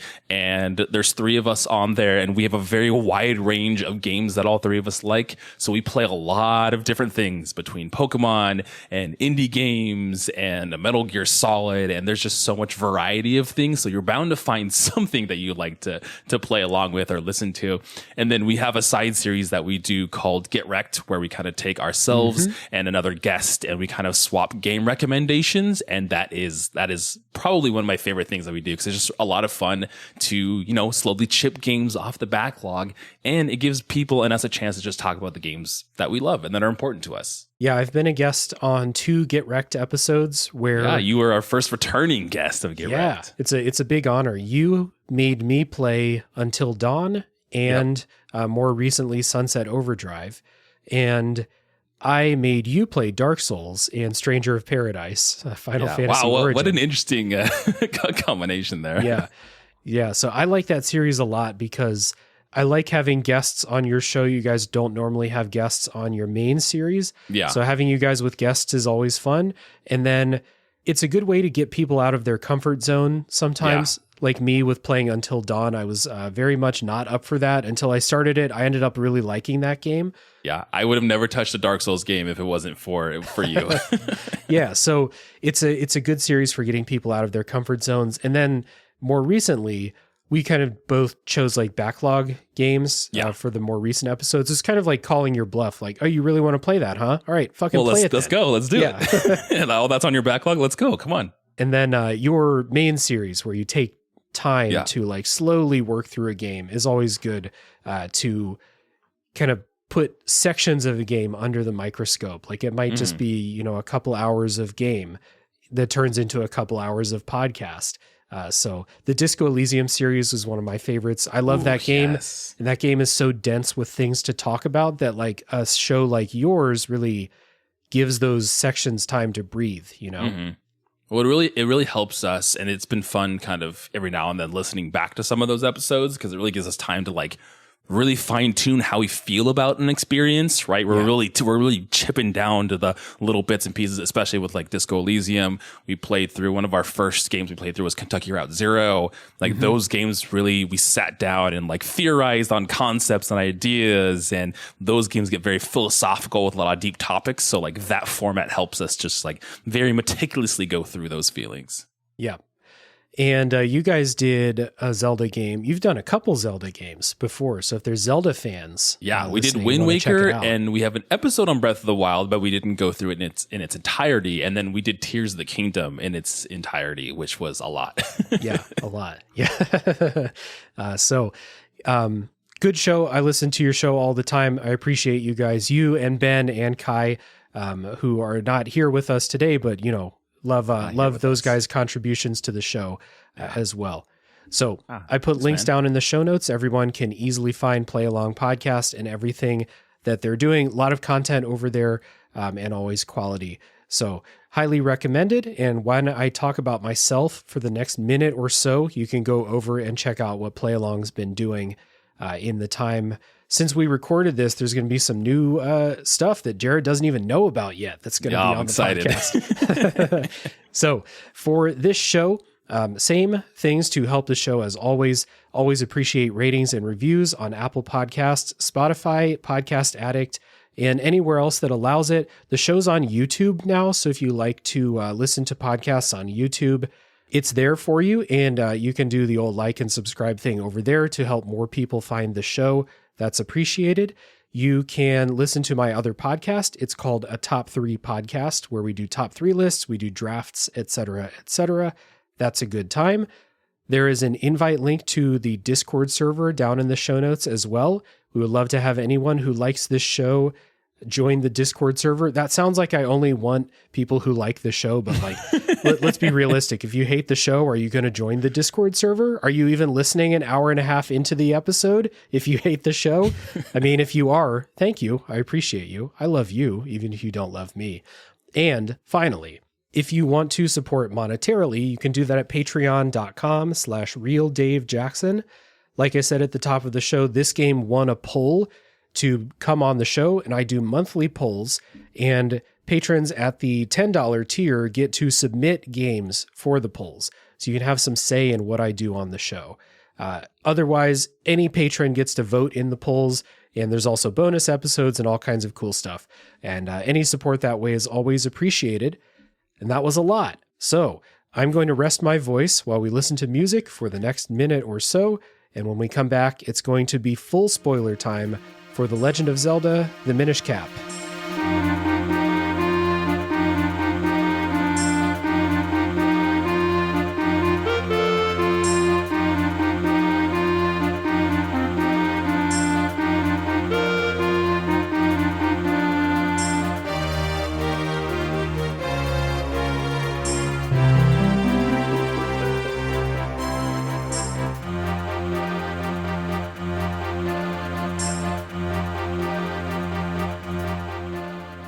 All right, we're back and it's full spoiler time for The Legend of Zelda, the Minish Cap. And like we said at the beginning of the episode, this is probably going to be a relatively short spoiler section because the story is very sparse throughout the game and can really be summarized in like one paragraph, in my opinion. But there is some stuff that you learn. So you learn a little bit about where Vaati came from. And I forgot to say it, not that it's super important, but yeah, seeing the name Vaati in here was interesting because, as all From Software fans know, he's the person who teaches us about the story in those games now, and this is where he got the name from. So it's all connected. Minish Cap lore, Zelda lore, it's all connected. It's the Dark Souls of Zelda. So Vaati was originally from the Minish world with Eslo. Mm-hmm. And Eslo was a wizard in the Minish world. He was not always a talking hat. He was a wizard. He was a powerful wizard. And it just so happens he, in his hubris, created a magical hat that would grant the wearer any wish that they want. Again, like what many bad ideas, guys. Yeah, so many bad ideas. You make a competition with a sword that can release the darkness, and Eslo's like, let me make a hat that'll give anybody any power they want. You didn't think someone's going to take advantage of that? Not only I'm going to make a hat that turns you into a god, I'm not going to wear the hat. I'm just going to leave it sitting around. Yeah, he didn't want it. He just wanted to see if he could. He was trying to challenge himself. That's what it was. Mad scientist shit. Just doing it to see if he could, never thinking about if he should. So, surprise, Vaati, angry young guy, steals the hat. He gets god powers. He turns Eslo into a talking hat creature. And that is... then he goes on to win the tournament because he's a god now. And that's how the game is set up. It's an interesting backstory, and like check another tally mark for like game stories that only have 3 characters, and I didn't expect all the characters to be connected like this for some reason. Not a big cast of characters, and unsurprising, but never disappointing. Zelda takes a major backseat, as in most of the games that she plays. Not a lot of agency. Yeah, you forget Zelda's in this, huh? Because you do. She does not. She gets petrified at like the 10-minute mark of the game. Yep. And you do unpetrify her at the end, and you have a little like escape section with her. That didn't turn out to be as cool as I thought it would be. Yeah, it's not like Escape the Ganon Castle Ocarina of Time escape section. It's not that intense. Yeah, or like in Shovel Knight, you fight side by side with the person you rescue, and not really in this game, but so Vaati wants this like magical light source power that he's already super powerful. It's going to make him more powerful somehow, or like that will be the thing that turns him into a god or something like that.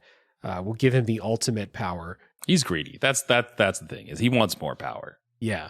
So this light source is, I think it's, if I remember right, it's hidden in the sanctuary of the Picori, which in a very convenient turn of fate is located inside of Hyrule Castle in the beautiful,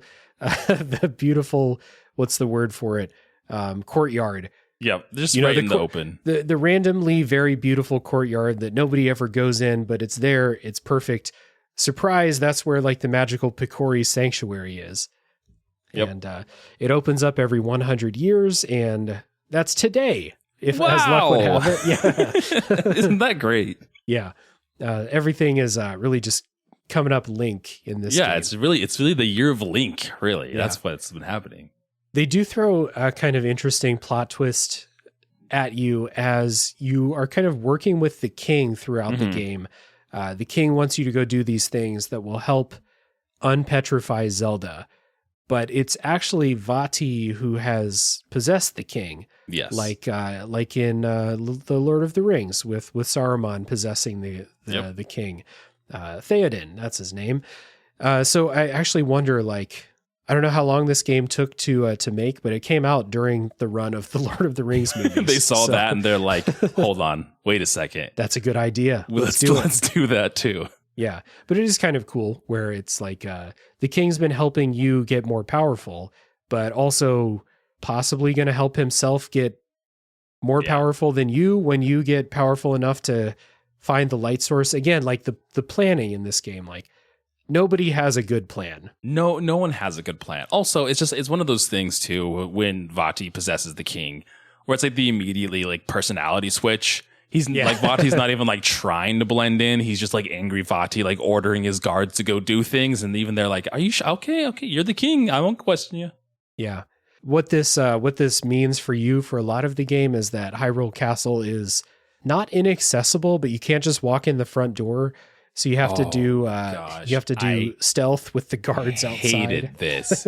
It's not an Ocarina of Time. It's very similar because it's Hyrule Castle. You're going through like shrubbery and everything like that. That's fine. I struggled so hard with this because even if you get like caught a little bit, even if they just kind of see you, even if they're off screen, if they like happen to have turned, even when you're up, like higher up, you get caught.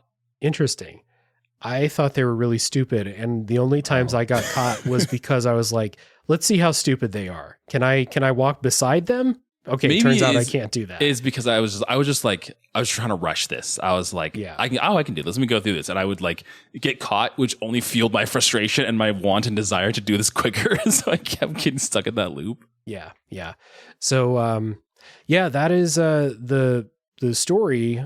Yep. For the most part, you find all of the pieces to create the four sword. So you get like the Picori sword, and it gradually gets stronger as you infuse these elements that you get from the dungeons in it. And eventually it becomes the four sword, which then becomes the sword in the Four Swords, the next game, which I never played because it's a multiplayer game on Game Boy. And this was like, I was in high school at this point, and like, we just weren't going to be able to play a 4-player Zelda game on Game Boy when I was, a junior in high school. And didn't you have to utilize like the GameCube with this too? Oh, I'm not sure. Like it may have had a connection. Because you could plug your Game Boy Advance into your GameCube. Yeah, exactly. Which I thought was going to change the world, and then I never did it. I used like the little like bottom part attachment that you can put your Game Boy games in. Mm-hmm. I did that, but I never did like the link cable stuff. Yeah. So I never played Four Swords. People say it's really good, but I have no idea. Yeah, me neither. The origin of that sword is in this game once you get all the elements, and you can make 4 copies of yourself. And then you find the light source with Zelda, but then Vaati pops out and he like knocks you unconscious or something like that. He steals the light source, becomes a god, and he turns Hyrule Castle into a dungeon. It's the final dungeon in the game. So were there other dungeons before we talk about Hyrule Castle that stood out to you as being memorable or fun? We talked about the sky place. Yeah. That fucking sucked. But the dungeon that came after it, I thought was pretty cool. And that's the one I was going to talk about, right? Okay. All of them are relatively straightforward. Ones that kind of stood out that had mechanics. Cave of Flames, which is the second one, has you kind of riding these mine carts throughout the lava area to open up different sections, which was cool. But the Palace of the Winds, which is exactly what you're saying, that dungeon after the insufferable Cloud Kinstone mechanic was really cool because there's not a lot that happens or that you get between the Palace of the Winds and the Dark Hyrule Castle. So both of those dungeons really, really utilize a lot of your like arsenal of weapons and items. And I think when dungeons do that, where it's like a lot of the puzzles that are in there utilize everything that you have to offer. And this is also where you have the cape that you can like fly from different sections, and you can like take the gusts of wind to fly around. Super cool. Loved Palace of the Winds. Yeah. And that introduces like those sections where it's like there's a grate and you can like jump through it to like jump on top of the grate or go below it, and then there's like cloud platforms that you jump up, and if you notice there's often like places off to the side where you can like, if you keep jumping up the platforms, it'll take you to the next part of the dungeon. But if you jump off and glide, you can get to an optional section, maybe get a piece of heart. Yep. That dungeon was really long too. Yeah, it was. Compared to all the rest of them, it was really long. Yeah. But it also had the boss fight, which is the Georg pair, was a good kind of like setup for the final boss, because you had to use the, duplicating link 4 times you're flying on top of like this giant demon stingray, and you have to set up his 4 copies in the position where the eyeballs are, and then you hit the eyeballs in that exact position, which is very similar to how the ending boss fight at least starts. Yeah. Yeah, that was a tough fight to figure out. And you're on, like you said, you're on like this flying stingray thing, and like stuff is like flying past. You have to like dodge enemies that are coming at you, or like other one of those stingray things will start flying in. And this is where it started to get annoying, when it's like, I need to hold the 4 copies to go hit the boss, but then there's like a row of things coming down from the top of the screen, and it's it just doesn't quite work very well. But the dungeon is cool, and then like, I guess like as much spectacle as the Game Boy Advance can give you, you're on this flying thing, this flying boss fight. So that's pretty fun. Yeah, this definitely was the biggest, like you said, spectacle out of all 5 or so bosses that you have before the final boss. It was cool. I thought it was fun. Yeah.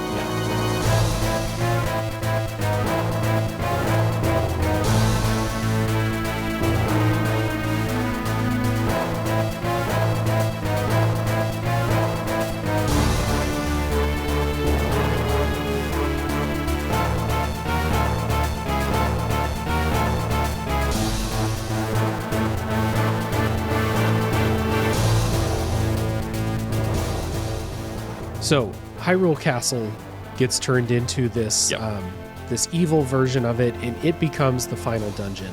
And maybe I should have expected it, because Hyrule Castle, most of it's inaccessible to you throughout the game. You can like run around, but you can't go through any of the doors or anything. No. So maybe I should have expected it, and also Hyrule Castle is like the first dungeon in A Link to the Past. So yeah, kind of bringing that back. That parallel there. Yeah, there's maybe like a couple rooms you can go to in the castle, but most of it, like the Dark Hyrule Castle, is also a pretty extensive dungeon, and there's a lot of the castle that you don't get to explore in the beginning of this. Yeah, it does feel like going through a big castle dungeon. Yeah. It's pretty big. There's a lot of stuff. There's a lot of puzzles. A lot of floors. A lot of floors, and there's a part later on where you have to get like these 4 keys to open up this thing to push out of the way to get the boss key. Yep. And you have to remember like where these rooms are, because you unlock them in different places, and they unlock like little mini boss fights in those arenas. So yeah, it's a big thing. I had a lot of fun with that dungeon. Yeah. Until right at the very end. Until the end. No, I think the part where you're getting the boss key was also one that was a little bit of a challenge and fun, because at this point you had pretty much explored a majority of the castle, and then when you get to this section, it shows, like you said, those 4 keys, or at least the 4 areas you have to go to, all guarded by dark nuts. Is that what they are? I'm pretty sure they're dark nuts. Yeah, they're the dark nuts. And there'll be, one room will have one of them, the next room will have 2 high level ones. And so you have to kind of remember where those sections are, and then kind of backtrack your way through the castle to go to these sections, get the keys that you need to open the boss key, which keys in this game are interesting, because some of them open doors, but a lot of them just open like these little blocks that are in the way. Yeah. Because pretty much what you have to do is you have to use yourself and your other 4 copies to push a big block out of the way to get to the boss key. And there's 4 little kind of cinder blocks with keyholes in them that are blocking that path. Mm-hmm. Yeah. So I guess that section's good because it teaches you how to fight those big fuckers.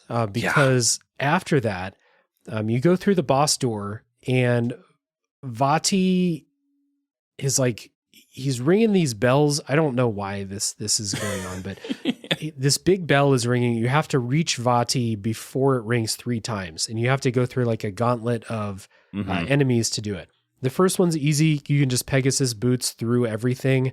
and or Pegasus boots past. Right. It's one of the iron knuckles from A Link to the Past that's in there with the big the flail. Yep. The next one just has a bunch of enemies that you have to fight with 4 copies of yourself and just not get hit, but it's not that hard.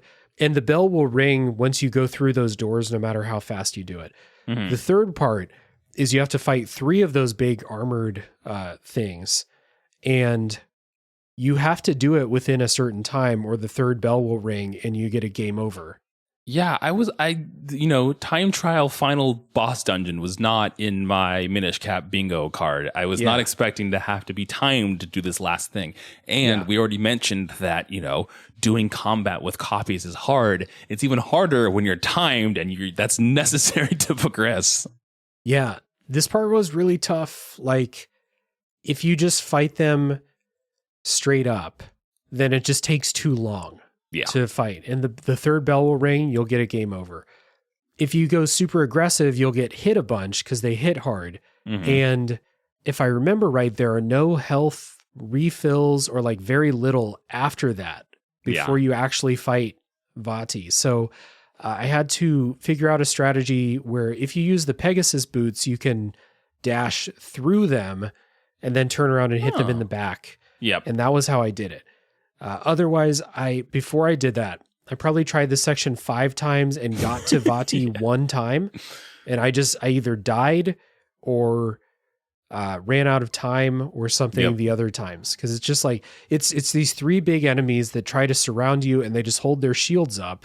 And you have to find a way around their shield and all that. Yep. And they'll move to kind of block your attacks. So you kind of have to. And again, that's probably why they had them leading up to the boss key. Just to show you and teach you, like, hey, you're going to be fighting these things and you're going to have to really learn how to beat them if you want to be successful going forward. So, yeah, I mean, I thought that fighting 7 of them to get the boss key was enough, proving that I know how to fight them, but apparently not. No. It had to give you more. Yeah. So you get to Vaati, and this is a tough final boss. I died a bunch. It is difficult. Not only that, but he has 3 different forms, all with kind of different mechanics that you have to do. And even with the first one, I struggled with. So the first one is he's kind of like a floating sorcerer with this long flowing robe, and he has a glowing eye in the middle of his chest. And what you have to do is shoot that with an arrow and then go up and smack him a couple times with your sword. But he is very quick and teleports a lot around, and it's hard to kind of pull up the bow and shoot because most of the time he'll just move out of the way by the time it hits. Oh, is that how you did it? Okay. Yeah. The way I did it, in the first phase, he has those little eyeballs that surround him and kind of float in a circle. And if you hit all the eyeballs with your sword, then he'll fall down kind of stunned and you can go up and hit him. And then after that, he covers the eyeballs in like this shadow, but you can use the vacuum jar to suck the shadow darkness away from it. Yeah, I did that as well. Yeah. So that's phase 1. That took me a bit. This is one of those bosses where I had to get through phase 1 without getting hit very often. Otherwise, I was going to have a hard time. Phase 2 is probably the most annoying phase, I think. It's like a big eyeball thing, and he's surrounded by these orbs, and you have to hit them with arrows to reveal the 4 that are the weak points. There's 4 that are weak points, and there's 4 that are not. Right. So you have to shoot arrows to uncover the weak points, and then you have to do the copy thing and run over and hit all the weak points at the same time. And while this is happening, he's floating around the arena, so he can't touch you. There's stuff flying around the arena, like debris flying around. Bro, there's shit everywhere. There's just there's boulders falling down, and he's floating back and forth. First, just hitting him with your bow and arrow is also a feat in itself. So revealing the eyes that you need, and then trying to look at him as he's flying about to try to see what the pattern is. So you can go down to because the difference with this one is a lot of the other times where there's the pattern that we have to do, it's kind of already set up in that format. We just have to hit each thing. This one's different. There's kind of just a big area of those little squares, and we have to match and go around to whatever the eyeball patterns are with him. So it's not exact. Yeah, we didn't mention, but for anyone listening, the tiles that allow you to make copies of yourself, sometimes there's only 4 in a straight line, so your copies will all be in a straight line. But a lot of times later they'll mix them up, or they'll give you more tiles than you need, but you have to like make a formation of your copies. Which is the case here. Yeah, exactly. Yeah, it's tough, and it's not hard to figure out what to do. It's just hard to do it because if you touch anything with the copies, it all disappears and you have to go start over. I will say, because there's a lot of like the debris and rocks that are falling down, hitting those does give you more arrows and hearts. Yeah. So it is nice that you kind of like can use this, because there is one more phase after this. You can kind of use this to kind of refresh before the final phase, but it's still a pain in the ass. Yeah, there's 2 more phases after this. Was there 2 more? It's a lot. So that's right. The one after this, you're on like this floating platform in the void or something. And he has these big shadow hands that he punches down into the ground, and they pop up and they shoot projectiles at you. This took me forever to figure out, because I've played Zelda games before, and it's like, oh, he's shooting big glowing balls of energy at me. I hit them with my sword back at him. That's how this works. Not how it works. What you have to do is use the cane to flip the shadow hands over. This is wild. I love this. And then you use the Minish platform in the arena to shrink down to Minish size, run inside of the, like, it's flipped over and there's a hole you can get inside. And then there's these little monsters inside, and one of them is the weak point. So you have to find the weak point. The second time you do this, it's dark inside. So you have to use the lantern to light up the place. The way they keep like just increasing the complexity of it is cool. Well, and there's one of them that's the mole mitts. There's like you have to dig through the mole mitts to try to find the weak spot. Right. That's the third one. Yeah. So that's the third phase. And that's the one where I tried everything in my arsenal except for the cane, because I just thought like, well, there's no way it's the cane that hurts these shadow arms, but it is. It's the cane. So it flips them over, which I also was in the same boat. I had to look it up because I would not have thought. It was the same thing with the pots in like Castletown. I would have not have thought to like, oh yeah, I use this cane to flip it over, and the underside is what I need to get into. I guess the hint or like the clue would have been that the cane is used in a lot of other Minish puzzles throughout the game, like flipping and the pots over. There is a Minish thing to get small here, so I guess that's the hint, is like you need to get small. For the most part, you're using the cane to access Minish things. So yeah. Maybe that's it. I didn't figure it out. So I was like, I didn't get that. So, and then the last phase is the classic. He shoots energy balls at you. You hit them with the sword, but you have to be in the copies of 4 all lined up. You have to perfectly line up the copies, because if you're not lined up, you won't hit the balls straight. You'll hit them off to the side, and all 4 of them have to hit the 4 weak points on Vaati, or it doesn't count. So this was it's not hard to hit them, but it is tough to line it up. Well, it's the same thing you had issues with before. If you get hit by anything by any means, you lose your copies. You have to go back down. You have to hold the B button for like 5 seconds to get the charge going, and then you can make the copies. Yeah. And you're holding down the B button, charging up the sword, and there's just stuff flying at you all the time. The entire time. So you're trying to strafe and dodge the projectiles that are coming at you as well. Yeah. But once I got the hang of like what I was supposed to do, it wasn't really hard to pull it off. Like a couple times where I didn't line it up perfectly. Yeah. But the third phase was the hardest one to figure out what to do. But this is now a 4-phase final boss fight, and then the part with the 3 armored enemies right before it with like very little healing items. So it is a real test of like uncharacteristically for how difficult the rest of the game was. Like this was a big increase in difficulty, we'll say. I mean, we talked about Dark Souls. The Dark Souls of Zelda games right here is the end of Minish Cap. Yeah. So I appreciate a little bit of challenge in these games. I think most of the top-down ones toward the end of the game do have some legit challenge to them. Yeah. This one does for sure. Yeah. And I would say that it's a curve, but it isn't a aggressive curve, right? Like a lot of the other bosses and stuff aren't too difficult. These last 4 phases definitely being the hardest part of the game. I wouldn't say it's like an extreme like curve, like, oh man, this is like impossible. No, not impossible. It's just like you have to figure out what the specific solution for this phase is. Right. The other bosses, like would you say there's like 5 or 6 of them? Like there's 5. Okay, so I probably beat 3 of them without dying, and I probably beat at least one of them without getting hit. Like they're very easy for the most part. And then this one's just like, this is a real test. Yeah, absolutely. So that is the Minish Cap. Unless we have other spoiler things to talk about. Obviously, Vaati is he's defeated.